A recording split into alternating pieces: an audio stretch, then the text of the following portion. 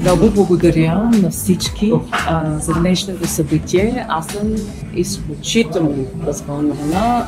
Смятам, че се получи един прекрасен разговор. Както ви обещах, един различен разговор.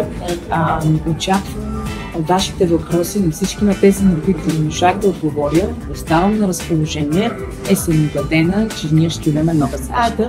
Благодаря ми още веднъж.